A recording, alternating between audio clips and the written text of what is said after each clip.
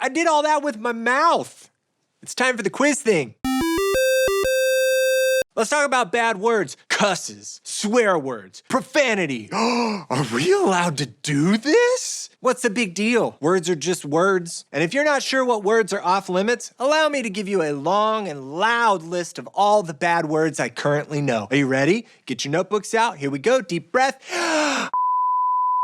Are you crazy? I'm not trying to get fired today. Besides, you don't need a list from me. I'm sure you already know some no-no words. We have to watch what comes out of our mouths, especially while traveling. In what country is it illegal to swear in public? Is it A, Germany, B, Mexico, C, Italy, or D, New Zealand? Germany, Mexico, shout it out. Use your mouth and shout out an answer. If you said B, wash your mouth out with soap and try again. It's not Mexico, it's D. In New Zealand, if you cuss in public, march your potty mouth straight to jail, or at least pay a $250 fine. That makes half a swear $125. Half a swear is that thing where you stop yourself halfway through saying a bad word. It's something a lot of parents do.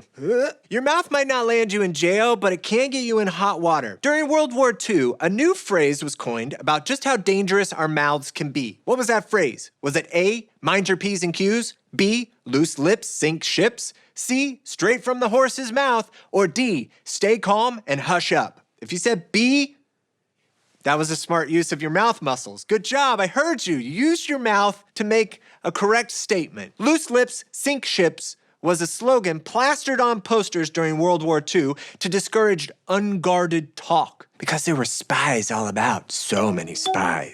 So many spies sneaking around. And if you were running your loose lips, you could say something to the wrong person and they could, in turn, use that information to sink one of your ships. People could lose their lives because of your unguarded talk. So think about your chatterbox and how often you talk. Our brains go, hey, say this. And the next thing you know, it's out there. And if it's ugly, you're like, I shouldn't have said that. Thanks a lot, brain. And your brain's like, I didn't know what to do. I gave you some words. I didn't know if they were good. Jesus went deeper. He said, your mouth is how your heart speaks. He said, a good man brings good things out of the good stored up in his heart. And an evil man brings evil things out of the evil stored up in his heart. For the mouth speaks what the heart is full of. That's from Luke chapter 6, verse 45. Jesus is just saying your words head in the same direction that your life is headed. If your heart is pointed towards Jesus, your words show that. And if not, there's no telling what might slip out. And we all know what it feels like to be crushed by words. I mean, maybe someone said something to you that wasn't true. Maybe someone you love lied to you. Or maybe someone called you a name that really hurt or told you that you weren't wanted. That feels awful. But now think about the flip side. Maybe you talked bad about somebody behind their back. Or maybe you lied to someone. Or maybe you attached a name to someone that they didn't deserve. Ouch. We've all seen or felt words do major damage. We've all heard and said some bad words. So how do you fix it? Go back to the root. Start at the heart. Let's get a language update by asking for forgiveness in the places where